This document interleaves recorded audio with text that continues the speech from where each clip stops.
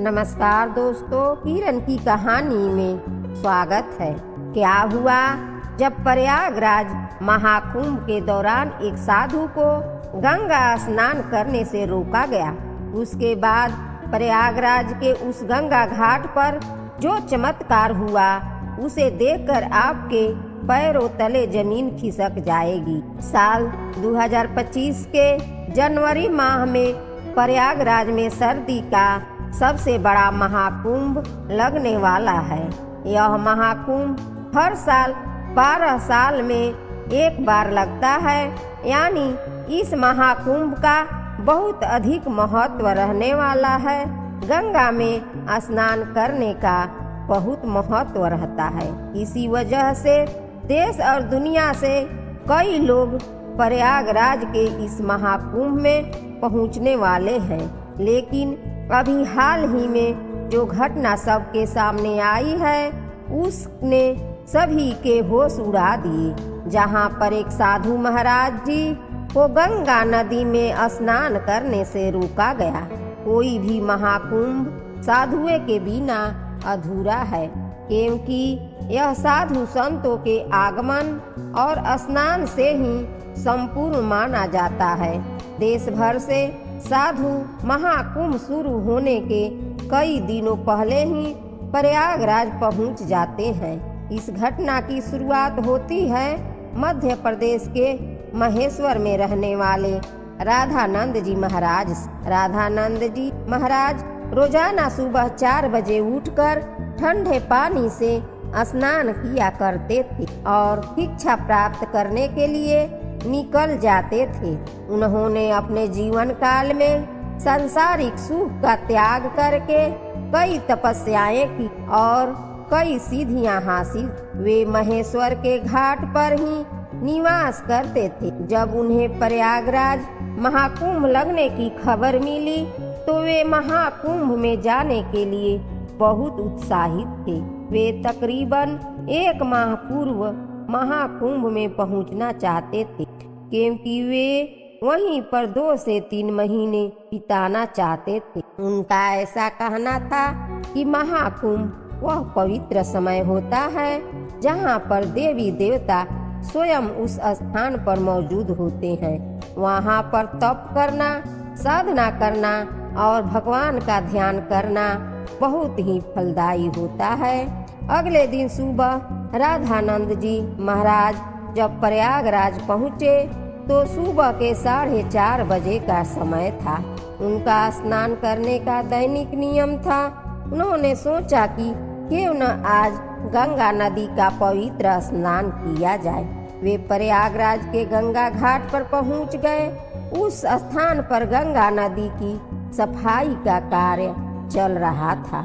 राधानंद जी महाराज को यह देखकर बहुत खुशी हुई। जब उन्होंने अपने कपड़े उतारे और गंगा नदी में स्नान करने के लिए आगे बढ़े तो वहां खड़े कुछ नगर निगम के अधिकारियों ने उन्हें रोक दिया।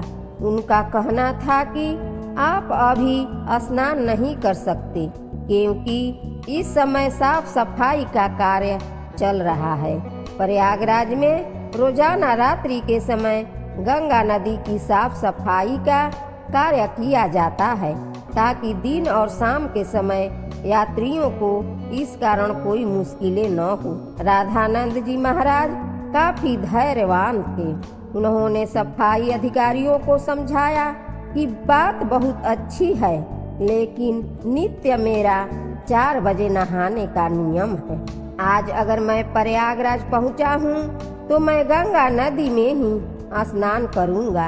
मेरे एक अकेले के नहाने से न तो तुम्हारी व्यवस्था बिगड़ेगी और न ही मुझे कोई समस्या होगी। लेकिन वह अधिकारी अचानक से गुस्सा हो गया और उन साधु महाराज से कहने लगा, तुम्हें इसी समय क्यों नहाना है?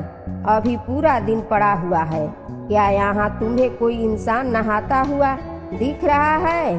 क्या तुम्हारे अंदर इतनी शक्ति है कि तुम सुबह 4 बजे इतने ठंडे पानी से स्नान कर लोगे?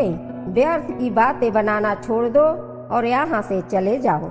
अभी तक तो राधानंद जी महाराज बहुत विनम्र और धैर्यवान थे, लेकिन वह अधिकारियों के अपशब्दों को सुनकर उन्हें बहुत बुरा लगा।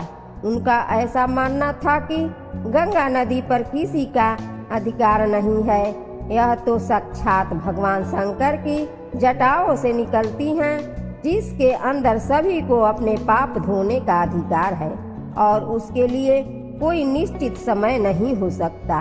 लेकिन उस समय राधानंद जी महाराज ने उस अधिकारी को कुछ नहीं कहा और सामने घाट पर ध्यान अवस्था में बैठ गए।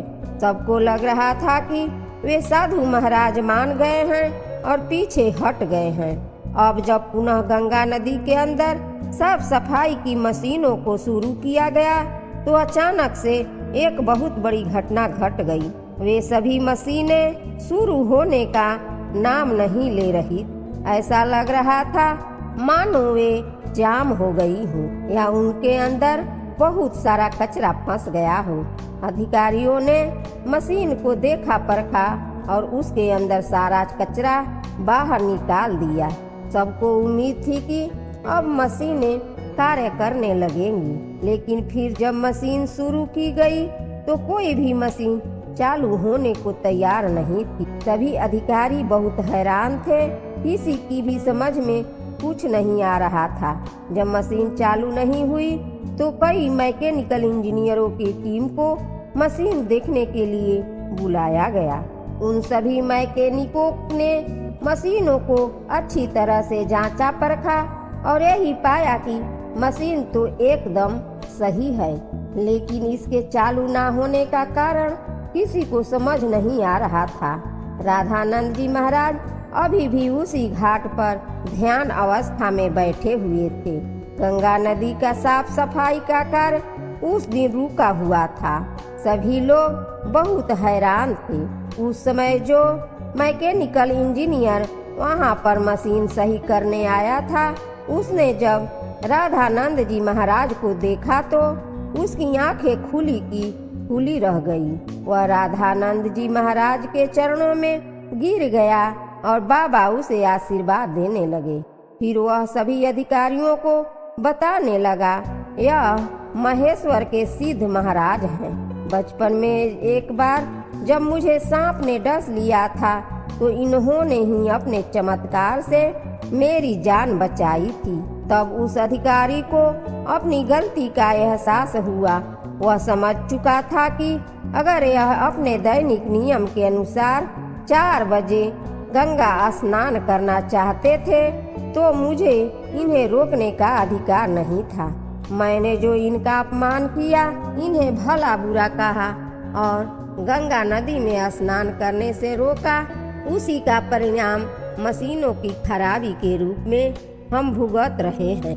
अब यही हमारी समस्या का समाधान कर सकते हैं। हमें इनसे माफी मांगनी पड़ेगी। सभी अधिकारी मिलकर राधानंद जी महाराज के पास गए, उनके चरणों में बैठ गए और हाथ जोड़कर कहा, हमें इस बात का अंदाजा नहीं था कि आप एक दिव्य संत हैं। हमसे बहुत बड़ी भूल हो गई है।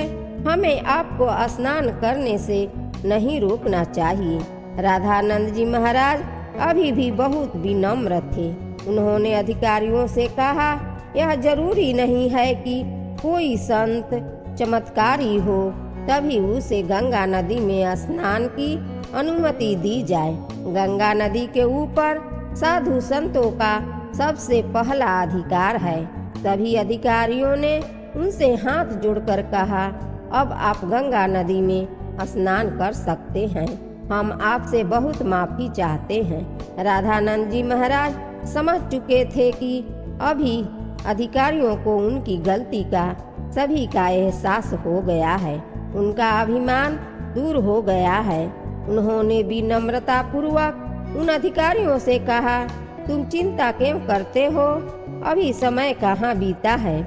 जरा अपनी घड़ी में समय तो देखो, आखिर क्या बजे हैं। जब सभी अधिकारियों ने अपनी घड़ी में समय देखा तो उनके रोंगटे खड़े हो गए, क्योंकि उस समय सुबह के 4 बज रहे थे। किसी भी अधिकारियों को यह समझ नहीं आ रहा था कि आखिर इतना बड़ा चमत्कार कैसे हुआ। आखिर राधानंद जी महाराज ने अपने चमत्कार से समय को कैसे पलट दिया। इतना बड़ा चमत्कार देखकर सभी अधिकारी उनके चरणों में गिर गए और बाबा की जयकार करने लगे। इस चमत्कारी घटना के बाद सब लोग उन्हें मान गए और उनके दास बन गए। इसके बाद राधानंद जी महाराज सुबह 4 बजे अपने नित्य कर्म के अनुसार गंगा नदी में स्नान करने पहुँचे। उधर मशीनों ने फिर से काम करना शुरू कर दिया। सारी मशीनें एक साथ चालू हो चुकी थी, जिससे यह प्रमाणित हो गया था कि ये मशीनें केवल राधानंद जी महाराज के इशारे का इंतजार कर रही थी। जैसे ही उन्होंने अधिकारियों का अभिमान चूर किया और गंगा नदी में स्नान किया, वैसे ही मशीनें चल पड़ी। यह बहुत बड़ा चमत्कार था जो हाल ही में प्रयागराज के महाकुंभ में हुआ है। वास्तव में दोस्तों, यह भूमि साधु संतों की भूमि है। यहाँ साधु संतों का न तो अपमान किया जा सकता है और न ही उन्हें छोटा समझा जा सकता है। इस देश का हर संत इस देश के लिए कुछ न कुछ करता है और भक्तों को अध्यात्म के मार्ग से जोड़ता है। हमें कभी भी उनका अपमान नहीं करना चाहिए और न ही उन्हें छोटा समझना चाहिए। इस पूरी घटना को लेकर आपके क्या विचार है, हमें नीचे कमेंट बॉक्स में जरूर बताइएगा। अगर वीडियो आपको पसंद आई हो तो लाइक जरूर करें और साथ ही चैनल को सब्सक्राइब करके बेल आइकन को प्रेस करें। जय हिंद, जय भारत।